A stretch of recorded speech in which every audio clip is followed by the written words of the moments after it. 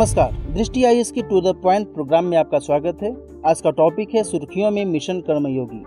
सबसे पहले बात कर लेते हैं यह चर्चा में क्यों है। हाल ही में प्रधानमंत्री की अध्यक्षता में केंद्रीय मंत्रिमंडल ने राष्ट्रीय सिविल सेवा क्षमता निर्माण कार्यक्रम यानी national program for civil services capacity building NPCSCB को शुरू करने की मंजूरी दी। इस कार्यक्रम को मिशन कर्मयोगी नाम दिया गया है। अब बात करते हैं मिशन कर्मयोगी की।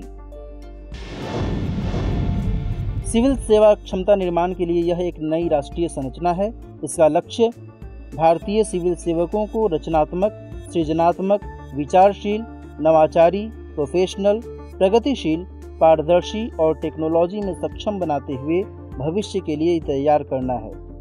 भर्ती बाद होने वाले अधिकारियों के ट्रेनिंग सिस्टम को अपग्रेड करना और सिविल सेवकों को अवसर प्रदान करना ताकि वे अपने प्रदर्शन में सुधार ला सकें, इन्हें भी लक्ष्यों में शामिल किया गया है।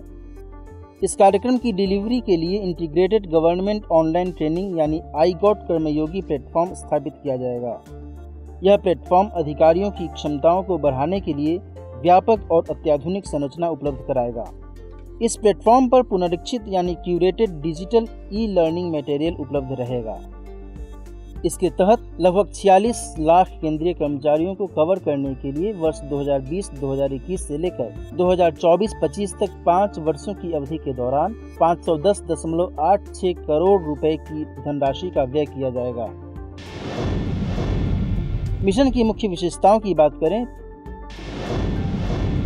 तो नियम आधारित मानव संसाधन प्रबंधन से भूमिका आधारित मानव संसाधन प्रबंधन की तरफ शिफ्ट करना, ऑफ साइट सीखने की पद्धति को बेहतर बनाते हुए ऑन साइट सीखने की पद्धति पर बल देना, सिविल सेवकों की क्षमताओं के विकास और ट्रेनिंग को लिंक करना, ट्रेनिंग इंस्टीट्यूशन को सेंटर ऑफ एक्सीलेंस में ट्रांसफॉर्म करना और बड़े स्तर पर ई-लर्निंग के माध्यम से ट्रेनिंग कराने पर फोकस करना इसकी कुछ महत्वपूर्ण विशेषताएं हैं। कार्यक्रम के संचालन के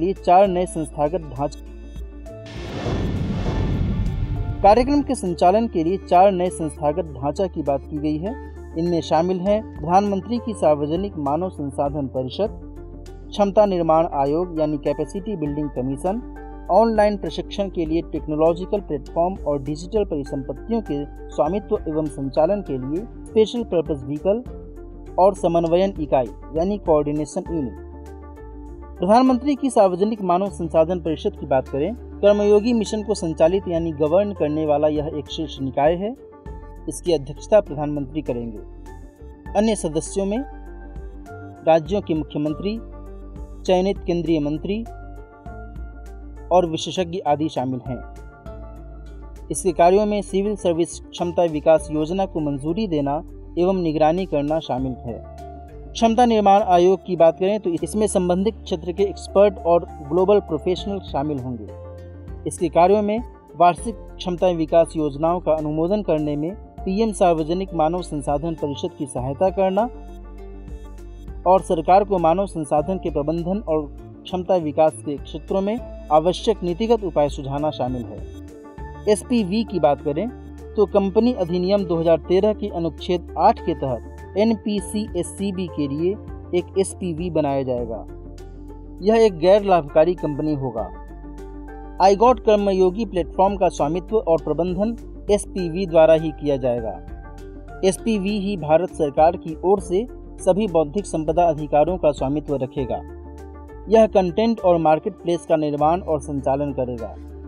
यह कंटेंट का पुष्टिकरण, स्वतंत्र निरीक्षण, आकलन आदि से संबंधित IGOT कर्मयोगी प्लेटफॉर्म की प्रमुख व्यावसायिक सेवाओं का प्रबंधन करेगा। समन्वयन इकाई की बात करें तो इसके अध्यक्ष कैबिनेट सचिव होंगे। इसमें चयनित सचिव एवं काडर कंट्रोलिंग प्राधिकरण भी शामिल होंगे। अब आज के टू द पॉइंट पर आधारित प्रश्न देख लेते हैं। प्रश्न है, खबरों में रहे मिशन कर्मयोगी के संबंध में निम्नलिखित में से कौन सा कथन सत्य है? PhD कर रहे विद्यार्थियों के लिए एक स्कॉलरशिप प्रोग्राम, UPSC के लिए तैयारी कर रहे SC/ST विद्यार्थियों को फ्री में कोचिंग दिलाने वाली एक योजना, नक्सल प्रभावित क्षेत्रों की महिलाओं को सेना में भर्ती कराने के लिए चलाई गई एक योजना या फिर भारतीय सिविल सेवकों से संबंधित कार्यक्रम। इस प्रश्न का जवाब कमेंट बॉक्स में देना न भूलें। अगले सेशन में कुछ नए टॉपिक के साथ फिर हम आपके साथ हाजिर होंगे। तब तक के लिए नमस्कार। हमारे वीडियो अंग्रेजी में देखने के लिए फॉलो करें हमारा ही दूसरा YouTube चैनल दृष्टि IAS इंग्लिश।